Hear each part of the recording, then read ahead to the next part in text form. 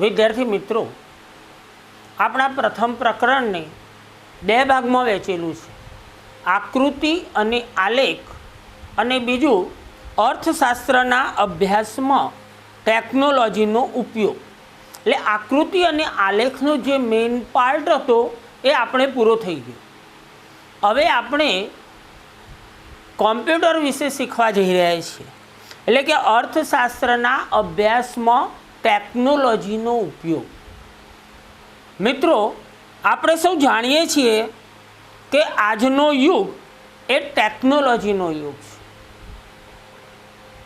આપણા રોજિંદા જીવનમાં ડગલે ને પગલે ટેકનોલોજીનો ઉપયોગ આપણે કરીએ જ છીએ. એ પછી પિક્ચરની ટિકિટો બુક કરાવવાની હોય, કોઈના સંપર્કમાં રહેવાનું હોય, ડ્રાઇવિંગ કરતી વખતે રસ્તો જોવાનો હોય, કે પછી ગીતો સાંભળવાના હોય. આ બધી જ જે બાબતો છે એ ટેકનોલોજીના ઉપયોગથી શક્ય બને છે. એટલે હવે આપણે એવું કહી શકીએ કે ટેકનોલોજી માનવ જીવન સાથે વણાઈ ગયું છે. એટલે માનવ જીવન સાથે ટેકનોલોજી જો વણાઈ ગયું હોય તો પછી આપણે એ ટેકનોલોજીનો ઉપયોગ શિક્ષણમાં પણ કરવો પડે. એટલે કે ટેકનોલોજીનો ઉપયોગ આજે આપણે શિક્ષણમાં કરીએ જ છીએ. દોસ્તો, એક વાક્ય ખૂબ જ અગત્યનું છે કે અર્થશાસ્ત્ર, બરાબર તમે ધ્યાન રાખો છો આખા વાક્યને, અર્થશાસ્ત્ર જીવન જીવવાની કળા અને વિજ્ઞાન અંગેનું શાસ્ત્ર છે. જીવન જીવવાની કળા અને વિજ્ઞાન અંગેનું શાસ્ત્ર છે. એટલે તમને પૂછે કે અર્થશાસ્ત્ર કેવું શાસ્ત્ર છે, તો તમારે બી વિભાગમાં જવાબ લખવો પડે કે અર્થશાસ્ત્ર જીવન જીવવાની કળા અને વિજ્ઞાન અંગેનું શાસ્ત્ર છે. હવે દોસ્તો, આપણે જ્યારે બદલાતા યુગ મુજબ બદલાતા જઈએ છીએ ત્યારે આપણને કોમ્પ્યુટર કેવી રીતે ઉપયોગી છે એ આપણે શીખવું પડશે. તો સૌપ્રથમ આપણે ટેકનોલોજીના ઉપયોગની અંદર આપણે કોમ્પ્યુટર ટેકનોલોજી વિશે શીખવાના છીએ. બરાબર મિત્રો, યાદ રાખો કે હાલ આપણે કોમ્પ્યુટર ટેકનોલોજી વિશે શીખવાનું છે અને પછી બીજા પાર્ટમાં ટેકનોલોજી વિશે શીખવાનું છે, ઇન્ટરનેટ ટેકનોલોજી વિશે શીખવાનું છે. કોમ્પ્યુટર અને ઇન્ટરનેટ બે બાબતો ભણવાની છે. એકદમ સરળ વસ્તુ છે આ બધું જ. એટલે આપણે સૌપ્રથમ કોમ્પ્યુટર વિશે જ્યારે શીખતા હોઈએ, કોમ્પ્યુટર ટેકનોલોજી, ત્યારે તમે મુદ્દો બનાવો છો. પહેલાં આ રીતે લખો તમે, અર્થશાસ્ત્રના અભ્યાસમાં ટેકનોલોજીનો ઉપયોગ. દોસ્તો, બરાબર એક બાબતનું નોંધ લો, ધ્યાન રાખો, જે પ્રકારનો પ્રશ્ન પૂછાય એવો જ જવાબ તમારે લખવાનો છે. જો કોમ્પ્યુટર માટે જ પૂછ્યો હોય, કોમ્પ્યુટર ટેકનોલોજીનો ઉપયોગ જણાવો, તો તમે આ મુદ્દાઓ લખશો. સંયુક્ત તો પૂછશે જ નહીં કે અર્થશાસ્ત્રના અભ્યાસમાં ટેકનોલોજીનો ઉપયોગ જણાવો, તો પ્રશ્ન લોંગ થઈ જશે અને 5 માર્ક્સનો પ્રશ્ન આમાંથી પૂછાતો નથી. હા, ડી વિભાગમાં એટલે કે 3 માર્ક્સનો પ્રશ્ન પૂછાય છે પણ એમાં એટલો લોંગ ના આવે. એટલે આ રીતે જ પૂછશે કે અર્થશાસ્ત્રના અભ્યાસમાં કોમ્પ્યુટર ટેકનોલોજીનો ઉપયોગ સમજાવો. તો આપણે એના 5 મુદ્દા થાય છે. એટલે એ 5 મુદ્દા આપણે એક એક શાંતિથી જોઈએ. તો પહેલો મુદ્દો છે પ્રેઝન્ટેશન બનાવવા. હવે અર્થશાસ્ત્રના સિદ્ધાંતો આગળ આવી ગયું છે. અર્થશાસ્ત્રમાં સિદ્ધાંતો આવે અને અટપટી આંકડાકીય માહિતી આવે. બે બાબતો છે, સિદ્ધાંતો પણ ભારે હોય અને અટપટી આંકડાકીય, બહુ જ બધી આંકડાકીય માહિતી હોય તો શું થાય કે ધારો કે 50,000 હોય તો ઉપરની વાંચતા વાંચતા નીચે જાઓ ત્યાં સુધી ઉપર શું હતું એ આપણે ભૂલી જઈએ છીએ. એટલે આ બધી આંકડાકીય ઘણી બધી માહિતી અર્થશાસ્ત્રમાં આવે. તો આ બધું જ્યારે આવે ત્યારે પાવર પોઈન્ટ પ્રેઝન્ટેશન નો ઉપયોગ આપણે કરવાનો છે. કોનો ઉપયોગ કરવાનો છે? પાવર પોઈન્ટ પ્રેઝન્ટેશનનો ઉપયોગ કરવાનો છે। દોસ્તો ફરી એકવાર, અર્થશાસ્ત્રના સિદ્ધાંતો કે અટપટી આંકડાકીય માહિતીને પાવર પોઈન્ટ પ્રેઝન્ટેશન દ્વારા સરળતાથી સમજાવી શકીએ છીએ। કોના દ્વારા? પાવર પોઈન્ટ પ્રેઝન્ટેશન દ્વારા। લખો તો ડેશ મારીને, તમે મુદ્દો બનાવો છો પ્રેઝન્ટેશન બનાવવા, એની અંદર તમે લખો અર્થશાસ્ત્રના સિદ્ધાંતો કે અટપટી આંકડાકીય માહિતીને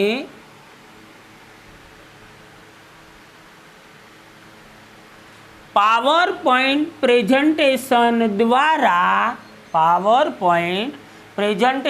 દ્વારા સરળતાથી સમજાવી શકીએ છીએ।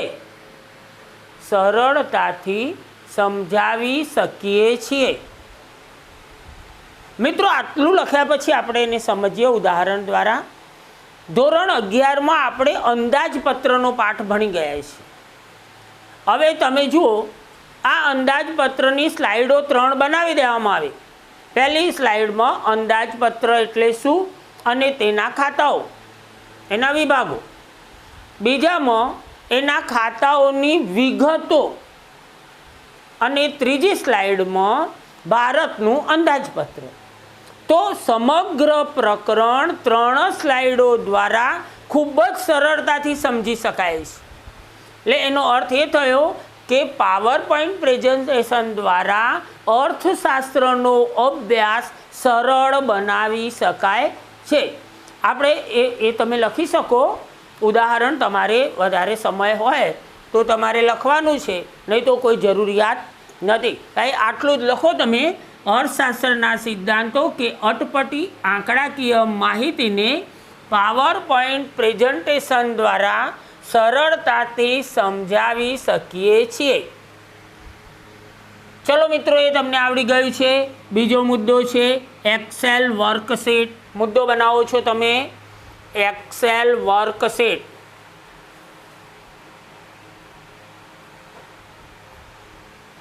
હવે જુઓ, અહીં ધ્યાન આપો છો, આપણે હમણાં જ કહ્યું છે કે આંકડાકીય માહિતી પુષ્કળ પ્રમાણમાં આવે। તમે હાલ ના લખશો, પછી હું તમને કમ્પ્લીટ લખાવી દઉં છું। અર્થશાસ્ત્રમાં શું આવશે? તો મોટા પ્રમાણમાં આંકડાકીય માહિતી આવશે। હવે આ જે મોટા પ્રમાણમાં આંકડાકીય માહિતી છે એ અર્થશાસ્ત્રનું સંશોધન કરતા નિષ્ણાતો તેની ચકાસણી કરે છે। મેં હમણાં જ કહ્યું તમને કે લોટ ઓફ 50,000 આંકડાઓ છે, તો કેવી રીતે આપણે એને યાદ રાખી શકીએ? અને આ બધું જ કોમ્પ્યુટર યાદ રાખશે। એટલે બરાબર તમે ફરી એકવાર, આંકડાકીય માહિતીનો ઉપયોગ થાય છે અને સંશોધન કરતા નિષ્ણાતો આ માહિતીની ચકાસણી કરે છે।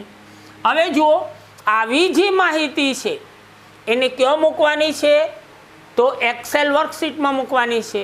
એટલે આપણે એવું કહીએ કે આવી માહિતી કોમ્પ્યુટરના એક્સેલ વર્કશીટમાં મૂકતો માહિતીના સરવાળા, સરેરાશ અને સહસંબંધ વગેરે મૂલ્ય મિનિટોમાં મેળવી શકાય છે। એટલે 3 બાબતો કહી છે: સરવાળા, સરેરાશ અને સહસંબંધ, તફાવત, સામ્યતા, એ બધું। તો આ બધું કેટલું મિનિટોમાં, પહેલું તો આપણે કેટલું બધું યાદ રાખવું પડે, અહીં મિનિટોમાં જ એ બધું નીકળી જાય છે। મિત્રો, તમારું રિઝલ્ટ બનાવવા માટે તમારા વર્ગ શિક્ષક સાહેબશ્રી તમામ આંકડાઓ તમારે કયા વિષયમાં કેટલા માર્ક્સ થાય એ બધું જ એક્સેલ શીટમાં મૂકશે કે તરત જ મિનિટોમાં તમારું રિઝલ્ટ તૈયાર થઈ જશે। તો આ છે શિક્ષણમાં તેનો ઉપયોગ। એટલે આપણે એવું કહીશું કે આવી માહિતી કોમ્પ્યુટરની એક્સેલ શીટમાં મૂકતો માહિતીના સરવાળા, સરેરાશ, સહસંબંધ વગેરે મૂલ્ય મિનિટોમાં મેળવી શકાય છે। એટલે હવે એવું કહી શકાય કે એક્સેલ શીટ છે એક પ્રોગ્રામ છે, પણ કયો પ્રોગ્રામ? તો આંકડાકીય માહિતીની પ્રોસેસ કરવા માટેનો પ્રોગ્રામ, જે આંકડાકીય માહિતી અંદર નાખીએ છીએ એની પ્રોસેસ કરી આપે છે. અને આપણે જે રીતે મેળવવું હોય કે સરેરાશ મેળવવું છે કે સરવાળા કરવા છે, એ આપણે જે મેળવવું હોય તે આપણને કરીને આપી દે છે. એટલે એવું લખીશું આપણે કે એક્સેલ શીટ એ આંકડાકીય માહિતીને પ્રોસેસ કરવા માટેનો પ્રોગ્રામ છે. એને એક જાતનું પ્રોગ્રામ છે. અને છેલ્લે આપણે એવું કહેવું છે કે મેળવેલ માહિતીની આકૃતિ એક્સેલ શીટમાં સહેલાઈથી દોરી શકાય છે. એટલે જે માહિતી આપણે નાખી હોય એની આકૃતિ બનાવવાની હોય તો તે આકૃતિ સરળતાથી આપણે એક્સેલ શીટમાં બનાવી શકીએ છીએ. એટલે 5 પોઈન્ટ છે એના એક્સેલ વર્કશીટના 5 પોઈન્ટ તમે હવે લખો છો. ડેશ મારીને મુદ્દો બનાવ્યો છે તમે એક્સેલ વર્કશીટ, એની અંદર તમે લખો છો અર્થશાસ્ત્રમાં મોટા પ્રમાણમાં આંકડાકીય માહિતીનો ઉપયોગ થાય છે. અર્થશાસ્ત્રમાં મોટા પ્રમાણમાં આંકડાકીય માહિતીનો ઉપયોગ થાય છે. ડેશ મારીને લખો સંશોધન કરતા નિષ્ણાતો, અર્થશાસ્ત્રની વાત છે, સંશોધન કરતા નિષ્ણાતો આ માહિતીની ચકાસણી કરે છે. આ માહિતીની ચકાસણી કરે છે.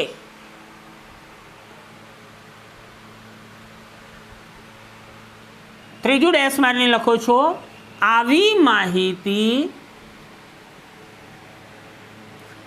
કમ્પ્યુટરની એક્સેલ શીટમાં મૂકતો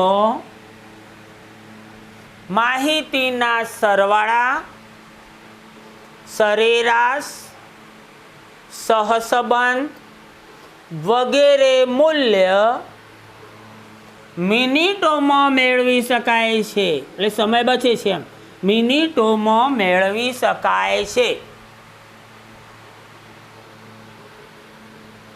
ચોથી વાર ડેશ મારીને લખો છો એક્સેલ શીટ એ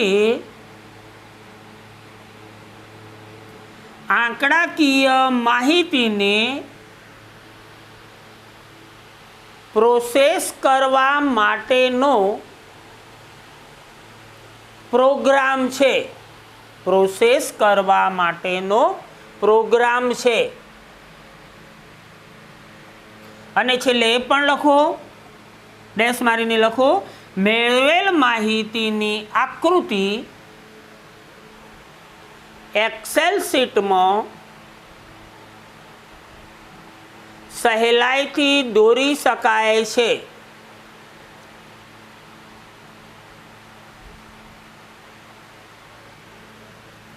ચલો મિત્રો, તમે મેં જો અંડરલાઇન કરી છે એ અંડરલાઇન કરી દો છો. પહેલાંમાં આંકડાકીય માહિતી છે, બીજામાં સંશોધન કરતા નિષ્ણાતોની ચકાસણી છે, સરવાળા, સરેરાશ, સહસંબંધ અને મિનિટોમાં મળી જાય છે. અને અહીં પ્રોગ્રામ કરો અને અહીં આકૃતિને પણ કરી દો. એટલે તમે જ્યારે વાંચતા હોય ત્યારે અંડરલાઇનો પર તમારી નજર કેન્દ્રિત થશે, એટલે આખું વાક્ય તમને આવડતું થઈ જશે. દોસ્તો, હવે ત્રીજો પોઈન્ટ છે એનો આપણો આકૃતિ અને આલેખ દોરવા માટેના પ્રોગ્રામો. આકૃતિ અને આલેખ દોરવા માટેના પ્રોગ્રામો તમે મુદ્દો બનાવી દો છો. આકૃતિ અને આલેખ દોરવા માટેના પ્રોગ્રામો. હવે મિત્રો જુઓ, આપણે ઉપર એક્સેલ શીટ જ્યારે ભણ્યા છીએ ત્યારે આ મુદ્દાની અંદર તપાસો કે એક્સેલ શીટમાં મેળવેલી માહિતીની આકૃતિ સહેલાઈથી દોરી શકાય છે. એટલે આ જ બાબત અહીં કહેવાની છે આપણે. એટલે એનો અર્થ એ થયો કે કોમ્પ્યુટર ટેકનોલોજીમાં અનેક પ્રોગ્રામો છે. આ એક નમૂનો છે એક્સેલ શીટ એ, પણ અનેક પ્રોગ્રામો એવા આવે છે કે જેના વડે આકૃતિઓ દોરી શકાય છે. એટલે પહેલો મુદ્દો આપણે એવો લખીશું, લખો તો ડેશ મારીને કોમ્પ્યુટર ટેકનોલોજીમાં અનેક પ્રોગ્રામો છે જેના વડે આકૃતિ દોરી શકાય છે.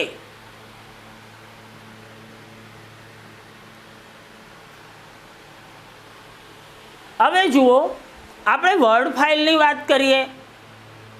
મિત્રો, તમે કોમ્પ્યુટર વિશે ઘણું બધું જાણો છો, કારણ કે તમારી જોડે મોબાઈલ હોય જ છે, અને તમારી જોડે ના હોય તો વાલીનો મોબાઈલ તમે જુઓ છો. એ મોબાઈલની અંદર કોમ્પ્યુટર કામ કરતું જ હોય છે. તો વર્ડ ફાઇલ જે છે એ વર્ડ ફાઇલમાં આપણે શેની આકૃતિ દોરી શકીએ?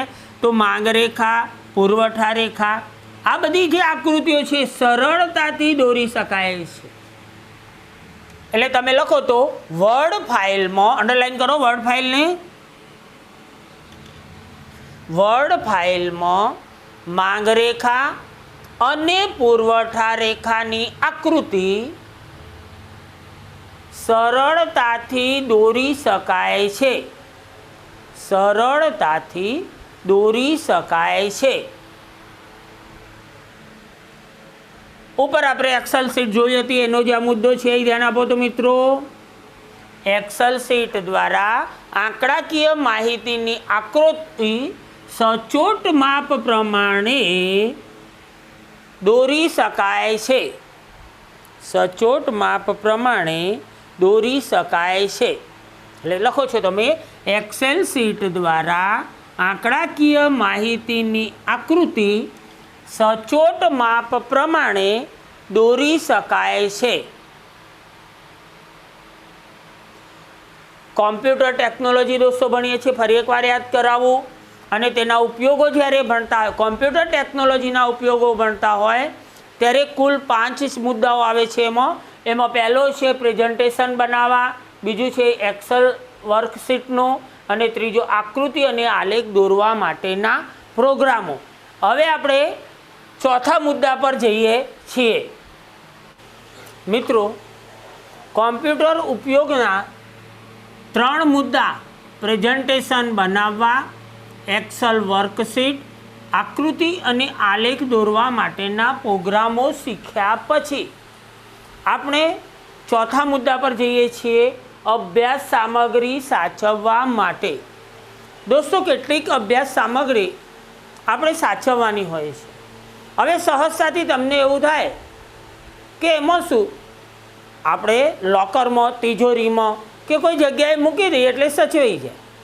પણ તમે જોતા હશો કે ક્યારેક તમે ઇમ્પોર્ટન્ટ નોટ બનાવતા હશો અને એની ડાયરી તમે મૂકી રાખતા હશો, તો કેટલોક સમય થાય, 5, 10, 15 વર્ષ થાય એટલે એના પાના બી પીળા થઈ જાય. એના અંદરનું જે લખાણ છે એ ભેજ થવાથી ફેલાઈ જશે અને તમે સરળતાથી વાંચી શકતા નથી. એટલે એનો અર્થ એ થાય કે કંઈ પણ લખાણ હોય તો સાચવવું તે કાઠી વસ્તુ છે. તો આ બધી જે આપણી વસ્તુઓ છે એ કોમ્પ્યુટર સાચવી આપે છે.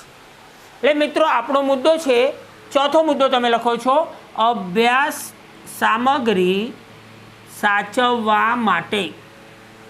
અભ્યાસ સામગ્રી સાચવવા માટે.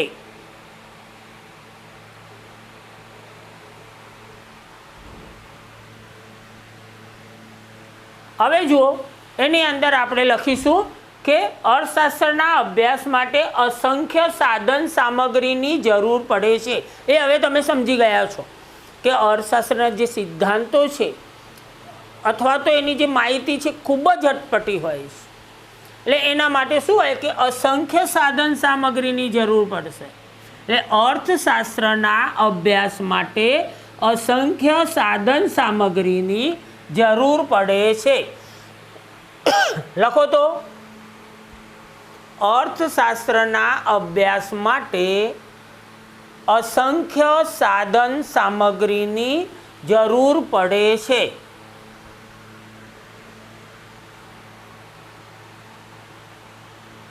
હવે આપણે એવું કહીએ કે તે નોટબુકમાં સાચવવી હોય તો ખૂબ જ ચીવટ રાખવી પડે, બહુ જ ધ્યાન રાખવું પડે, એને ભેજ ના લાગે કે એને લાંબા સમયે એના પાના બગડી ના જાય, આ બધું ધ્યાન રાખવું પડશે. એટલે લખો બીજું, આવી સામગ્રી નોટબુકમાં સાચવવા ખૂબ જ ચીવટ જરૂરી છે. ખૂબ જ ચીવટને અંડરલાઈન કરો છો તમે. दोस्तों હવે બોર્ડ ઉપર જુઓ છો, આપણે એવું કહ્યું કે ચીવટ કેમ રાખવાની છે, તો કેટલોક બગડી જવાનો ભય રહેલો છે, અને કયો ભય, તો ભેજ અને જીવાત. એટલે આપણે પછી એવું લખીશું કે ભેજ, જીવાત વગેરેથી બગડી જવાનો ભય રહેલો છે. એટલે લખો તો તમે ભેજ, જીવાત વગેરેથી બગડી જવાનો ભય રહેલો છે.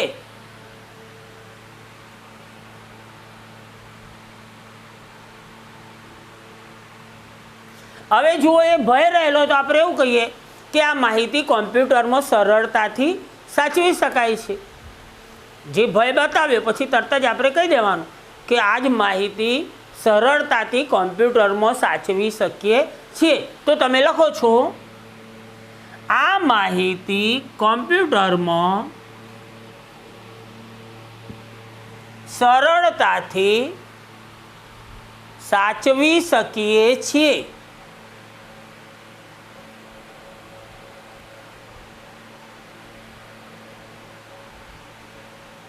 હવે દોસ્તો થોડીક વાર અહીં ધ્યાન આપો છો, આ 3 પોઈન્ટ્સ જે છે એમાં એવું કહ્યું છે, તમે જુઓ, હાર્ડ ડિસ્ક કે પેન ડ્રાઈવમાં આ માહિતી ગમે ત્યાં લઈ જઈ શકીએ છીએ. તમે ગાડીની અંદર પપ્પા જ્યારે ગાડી ચલાવતા હોય ત્યારે પેન ડ્રાઈવ ભરાવી અને ગીતો સાંભળીએ છીએ. એવી જ રીતે ધારો કે તમારે કોઈ માહિતી છે, ભણવા માટેના વિડીયો છે, તો તમે તમારા મિત્ર માટે પેન ડ્રાઈવમાં નાખી અને એના ત્યાં સુધી તમે લઈ જઈ શકો છો. એટલે આપણે એવું કહીએ કે હાર્ડ ડિસ્ક કે પેન ડ્રાઈવમાં આ માહિતી ગમે ત્યાં લઈ જઈ શકીએ છીએ. પછી લખો, અહીં ધ્યાન આપો તો ઈમેલમાં, ઈમેલ એડ્રેસ તમે બનાવ્યું જ હશે, ઈમેલમાં સાચવી એટલે કે આ માહિતી સાચવી, આપણે શોર્ટમાં લખ્યું છે ઈમેલમાં સાચવી દુનિયાના કોઈ પણ ખૂણે, દુનિયાના કોઈ પણ ખૂણે વાંચી શકીએ છીએ, મોકલાવી શકીએ અને આપણે પણ જઈને વાંચી શકીએ. ઈમેલ કરી શકો તમે કોઈને તો સામેની પાર્ટી એ વાંચી લેશે, અને આપણે પણ ક્યાંક જઈએ તો ઈમેલ ખોલી અને આપણે જે માહિતીની જરૂર હોય એ એમાં જોઈ શકીએ. એટલે પછી એવું લખ્યું આપણે કે ઈમેલમાં સાચવી દુનિયાના કોઈ પણ ખૂણે વાંચી શકીએ છીએ. દોસ્તો એ સિવાય તમે જુઓ, આજના સમયમાં ડ્રોપબોક્સ, ફરી એકવાર ડ્રોપબોક્સ, ગૂગલ ડ્રાઈવ, ડિજીલોકર વગેરે ઉપલબ્ધ છે, અને આ બધા આપણી માહિતી સાચવી રાખશે. જ્યારે જરૂર પડે ત્યારે, ધારો કે પેન ડ્રાઈવની જરૂર પડી કે લાઇસન્સની જરૂર પડી, તો તમે મોબાઈલમાં ડિજીલોકર એડ કરેલું હશે, ડિજીલોકર એપ હશે તમારે અને એમાં નાખેલું હશે, તો તમે તરત જ જો જરૂર પડે તો ડિજીલોકર ખોલી અને તમારા એ લાઇસન્સ કે પાન કાર્ડને ત્યાં જોઈ શકો છો અથવા એની કોપી કરાવી શકો છો.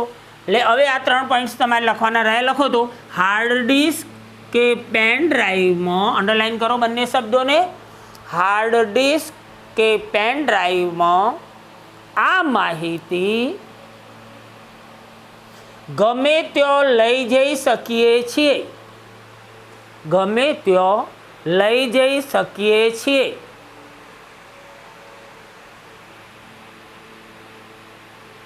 ચલો એ પછીનો પોઈન્ટ લખો, ઈમેલમાં સાચવી એટલે આ માહિતી, પણ એ બધું લખવાની જરૂર નથી એટલે એવું લખો, ઈમેલમાં સાચવી દુનિયાના કોઈ પણ ખૂણે, દુનિયાના કોઈ પણ ખૂણે વાંચી શકીએ છીએ.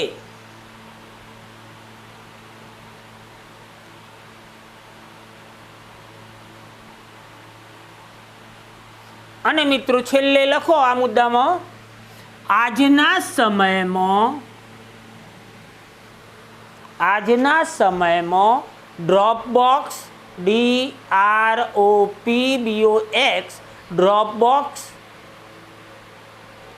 Google Drive, GOOGLE DRIVE, Google Drive DigiLocker, DIGILOCKER, DigiLocker વગેરે ઉપલબ્ધ છે.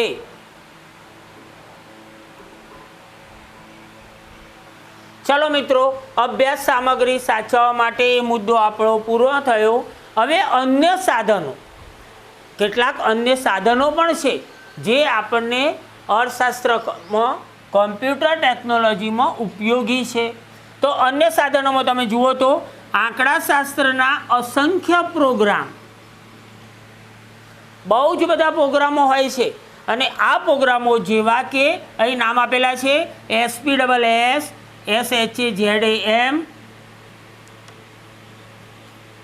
eViews, SAS વગેરે અસંખ્ય માહિતી માટે ગણતરીઓ કરે છે. એની અંદર લોટ ઓફ માહિતી હોય છે. એટલે તમે એકવાર લખો તો આંકડાશાસ્ત્રના અસંખ્ય પ્રોગ્રામ,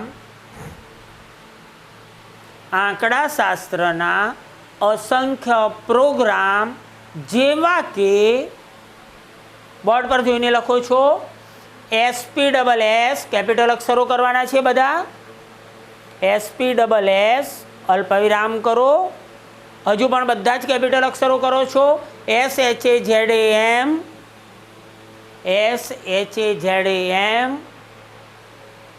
ત્રીજું છે લખો અલ્પવિરામ કરીને લખો eViews, E ડેશ કરો, VIEWSS,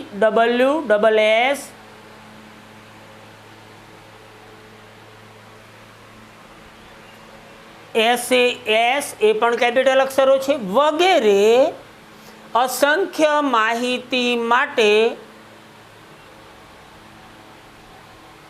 ગણતરીઓ કરે છે.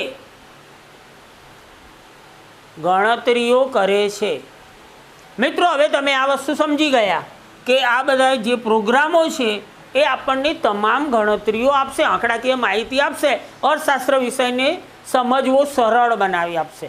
આ બધું નિષ્ણાતો માટે છે, વધુ અભ્યાસ કરવાવાળા માટે છે. પણ દોસ્તો, આ જે વસ્તુઓ છે એ ખૂબ જ મોંઘી છે, બજારમાં ખૂબ જ મોંઘી મળે છે. એટલે એ પણ નોંધ કરો, આવા પ્રોગ્રામો બજારમાં ખૂબ ઊંચી કિંમતે મળે છે. લખો, તમે ડેશ મારીને લખો, આવા પ્રોગ્રામો બજારમાં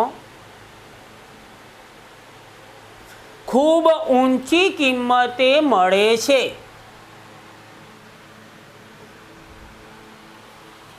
પણ દોસ્તો જુઓ તો કેટલાક સોફ્ટવેર છે જે ઇન્ટરનેટ પરથી તમે ફ્રી ઓફમાં વિના મૂલ્યે જોઈ શકો.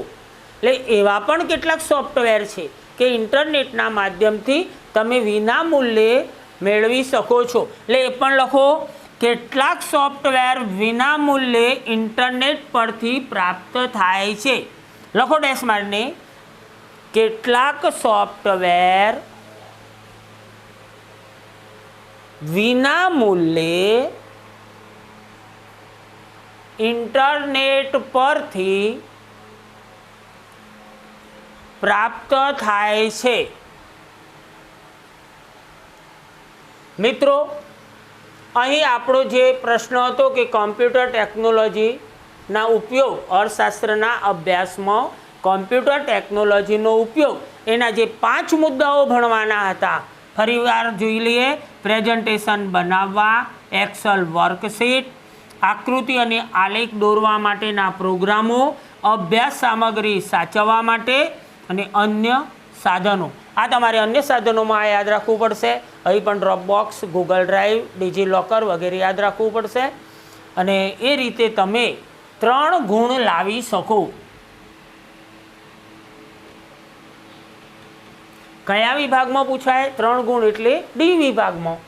એટલે ડી વિભાગની અંદર આ પ્રશ્ન પૂછાય તો 5 મુદ્દા લખી એની છણાવટ કરો, સમજાવી દો, એટલે તમને 3 ગુણ મળે જ.